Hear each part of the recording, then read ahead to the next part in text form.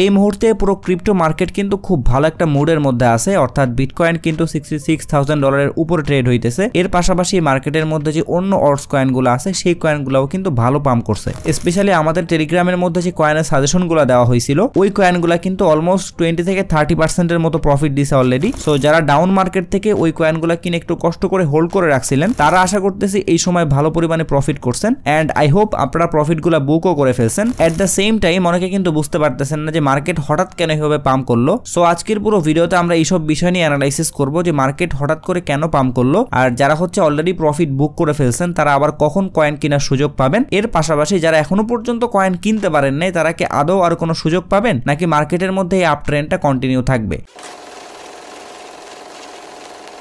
So market এইভাবে হঠাৎ করে পাম্প করার পিছনে যে প্রথম লজিকটা কাজ করতেছে ওইটা হচ্ছে আপনারা সবাই জানেন 15 মে কিন্তু সিপিআই ডাটা রিলিজ হয়েছিল, অ্যান্ড এই সিপিআই ডাটাগুলো যখন রিলিজ হইলো এরপর থেকেই কিন্তু আমরা দেখলাম যে বিটকয়েনের প্রাইসের মধ্যে ভালো একটা মুভমেন্ট আসছে, কারণ ওই সিপিআই ডাটা কিন্তু মার্কেটের জন্য একটু হইলেও পজিটিভ ছিল, যার ফলে ওই মুভমেন্টটা কিন্তু বিটকয়েনের প্রাইসের মধ্যে কন্টিনিউ থাকলো, অ্যান্ড বিটকয়েন কিন্তু আজকে $66,000 উপরে ট্রেড হইতেছিল। এরপর ওই দিনই কিন্তু আরো একটা ফান্ডামেন্টাল নিউজ আসছিল, সেটা হচ্ছে অ্যান্ড্রিউ টেট তার যে ফিয়াট কারেন্সি আছে ওই ফিয়াট কারেন্সি মধ্যে থেকে 100 মিলিয়ন সে বিটকয়েনের মধ্যে কনভার্ট করে ফেলবে। এন্ড এই অ্যান্ড্রিউ টেট কিন্তু রিয়েল ওয়ার্ল্ডের অনেক বড় একজন ইনফ্লুয়েন্সার এবং তার কিন্তু মিলিয়ন ফলোয়ার্স আছে। সো এরকম একজন ইনফ্লুয়েন্সার যখন বিটকয়েন নিয়ে কোন একটা পজিটিভ কথা বলছে, সো তার কমিউনিটি মেম্বারের মধ্যে যারা আছে তারা কিন্তু একটু হইলেও বিটকয়েনের প্রতি ইন্টারেস্টেড হইছে, এন্ড এই দুইটার ইফেক্ট মিলাই কিন্তু আমরা দেখতে পাচ্ছি বিটকয়েনের প্রাইসের মধ্যে একটা ভালো মুভমেন্ট আসছে। যদিও এই জিনিসগুলো কিন্তু ফান্ডামেন্টাল কথাবার্তা, বাট আমাদের দেখতে হবে যে টেকনিক্যালি মার্কেট কি বলতেছে। সো চলেন এখন আমরা বিটকয়েনের চার্টের মধ্যে চলে আসি। সো বর্তমানে আপনারা বিটকয়েনের চার্টের মধ্যে আসলে যে জিনিসটা খুব ভালো করে খেয়াল করবেন সেটা হচ্ছে এইখানে কিন্তু একটা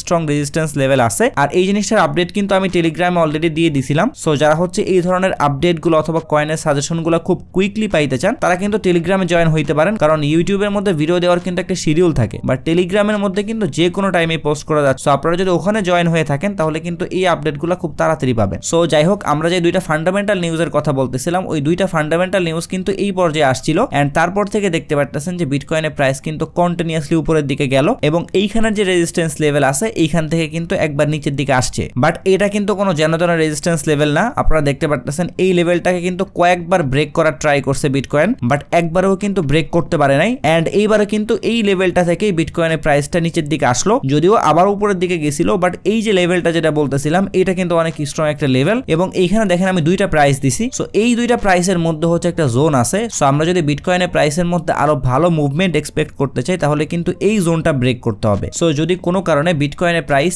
এই লেভেলটা ক্রস করে উপরে ডেইলি ক্যান্ডেলের ক্লোজিং দিতে পারে তাহলে কিন্তু বিটকয়েনের প্রাইস নেক্সট আমরা $70,000 থেকে $71,000 পর্যন্ত দেখতে পারি। বাট যদি এইরকমটা না হয়, অর্থাৎ এই লেভেলটা যদি এইবারও ব্রেক করতে না পারে তাহলে কিন্তু অনেক বেশি চান্স আছে বিটকয়েনের প্রাইস আবারও $60,000 থেকে $61,000 দিকে আসার। এন্ড আমি যদি পার্সেন্টেজ হিসাবে বলি তাহলে বিটকয়েনের প্রাইস নিচের দিকে আসার সম্ভাবনা আছে 60% এবং উপরের দিকে যাওয়ার সম্ভাবনা আছে বাকি 40%। বাট এখানের যে কন্ডিশন আছে ওইটা কিন্তু ফুলফিল করতে হবে, অর্থাৎ উপরে যাইতে হইলে এই লেভেলটা ক্রস করতে হবে, আর যদি লেভেলটা ক্রস করতে না পারে তাহলে কিন্তু আলটিমেটলি প্রাইসটা আবারও ড্রপ করবে, এবং এই জিনিসটা বলার পিছনে কিন্তু যথেষ্ট পরিমাণে কারণ আছে। সো চলেন এখন একটু আমরা দেখে নিব যে বিটকয়েনের প্রাইসটা উপরে যাওয়ার সম্ভাবনা কেন কম আছে এবং নিচে আসার সম্ভাবনা কেন বেশি আছে। সো আমরা যদি বিটকয়েনের লিকুইডেশন হিট ম্যাপের মধ্যে চলে আসি তাহলে আপনারা দেখতে পারতেছেন উপরের দিকে কিন্তু তেমন লিকুইডিটি নাই, বাট নিচের দিকে কিন্তু ভালো পরিমাণে লিকুইডিটি আছে, যার কারণে আমি বলতেছিলাম যে মার্কেটের কিন্তু উপরের দিকে যাওয়ার সম্ভাবনা একটু কম আছে, বরং নিচের দিকে আসার সম্ভাবনা একটু বেশি আছে। সো আপনারা কিন্তু অনেকেই কমেন্ট করছেন বিটকয়েনের লিকুইডেশন হিট ম্যাপ নিয়ে একটা ভিডিও বানানোর। সো আপনারা একটু ওয়েট করেন, আমি অবশ্যই আপনাদের বিটকয়েন লিকুইডেশন হিট ম্যাপ নিয়ে একদম ডিটেইলস ভিডিও মেক করে দিব।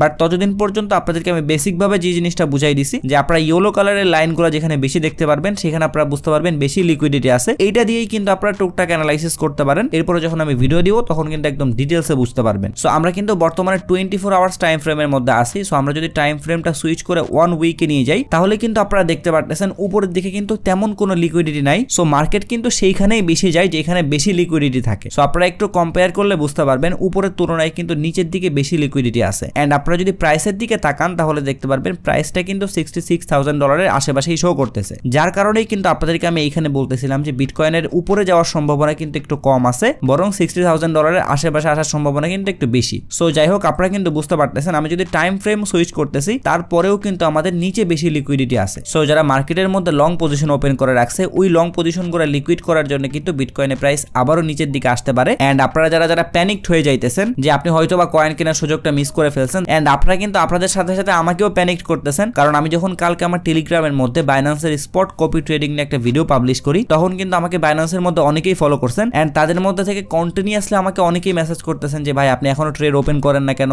আপনি ট্রেড নেন না কেন, এতক্ষণ হয়ে গেল আপনি এখনো পর্যন্ত একটা কয়েনের ট্রেড ওপেন করেন নাই। সো আপনাদেরকে এই জিনিসটা বুঝতে হবে আপনারা কেন লস করেন মার্কেট থেকে, কারণ আপনাদের মধ্যে অলওয়েজ ফোমো কাজ করে যে আমি হয়তোবা মিস করে ফেলছি, আমি হয়তোবা আর কেনার সুযোগ পাবো না। সো এই জিনিসগুলো যতদিন না পর্যন্ত আপনার মাথা থেকে বের হচ্ছে ততদিন পর্যন্ত আপনি কিন্তু মার্কেট থেকে প্রফিট করতে পারবেন না। সো আপনাদেরকে বুঝতে হবে আমি কেন ট্রেড ওপেন করতেছি না, কারণ মার্কেট কিন্তু এখন ওভার পাম্প করে ফেলছে। সো মার্কেটকে একটু কুল ডাউন হইতে দেন, আমাদের বাইং জোনগুলোর মধ্যে মার্কেট আবারও আসুক, তাহলে ওই সময় কিন্তু আমরা ভালো সুযোগগুলো কাজে লাগাইতে পারবো। এন্ড যারা ইউটিউবের মধ্যে ভিডিওটা দেখতেছেন তারা একটু কমেন্ট করে জানাবেন যে আপনারা বাইন্যান্সের স্পট কপি ট্রেডিং এর উপরে ভিডিও চান কিনা, তাহলে আমি নেক্সট ভিডিওতে আপনাদেরকে বলে দিব যে আপনারা বাইন্যান্সের মধ্যে কিভাবে আমাকে কপি করে প্রফিট করতে পারবেন। সো অবশ্যই একটু কমেন্ট করে জানাবেন। এর পাশাপাশি আপনাদেরকে আমি আরো একটা জিনিস দেখাই দেই, আপনারা হয়তোবা খেয়াল করছেন মার্কেটের মধ্যে বিটকয়েনের প্রাইস কিন্তু অতটা পাম্প করতেছে না, বাট অল্ট কয়েনগুলো কিন্তু হেভি লেভেলের পাম্প করতেছে। সো এইটার পিছনে কারণটা হইতেছে বিটকয়েনের প্রাইস একটু পাম্প করলেও বিটকয়েনের যে ডোমিনেন্স আছে ওইটা কিন্তু কন্টিনিউয়াসলি নিচের দিকে আসতেছে। আর রুলস অনুযায়ী আমরা কিন্তু জানি যে বিটকয়েনের প্রাইস যদি পাম্প করে আর বিটকয়েনের ডোমিনেন্স যদি নিচের দিকে আসা স্টার্ট করে তাহলে কিন্তু মার্কেটের মধ্যে অল সিজন চলে, যার ফলে কিন্তু আমরা দেখলাম লাস্ট কয়েকদিনে কিছু কিছু কয়েন 20 থেকে 30% মতো প্রফিট দিছে। সো আমরা একদম ভিডিও শেষ পর্যায়ে চলে আসছি। এখন আপনাদেরকে আমি জাস্ট বলবো যে আপনারা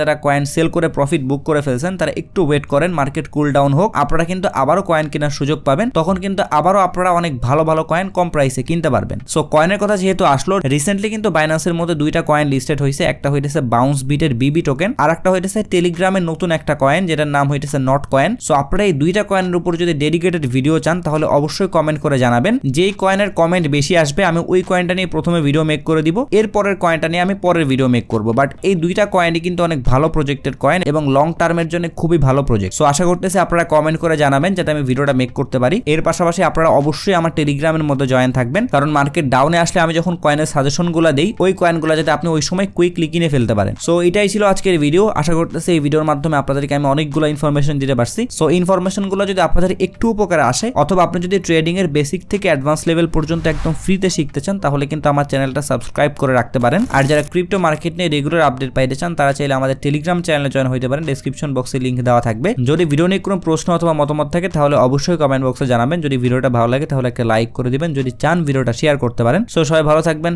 আসসালামু আলাইকুম।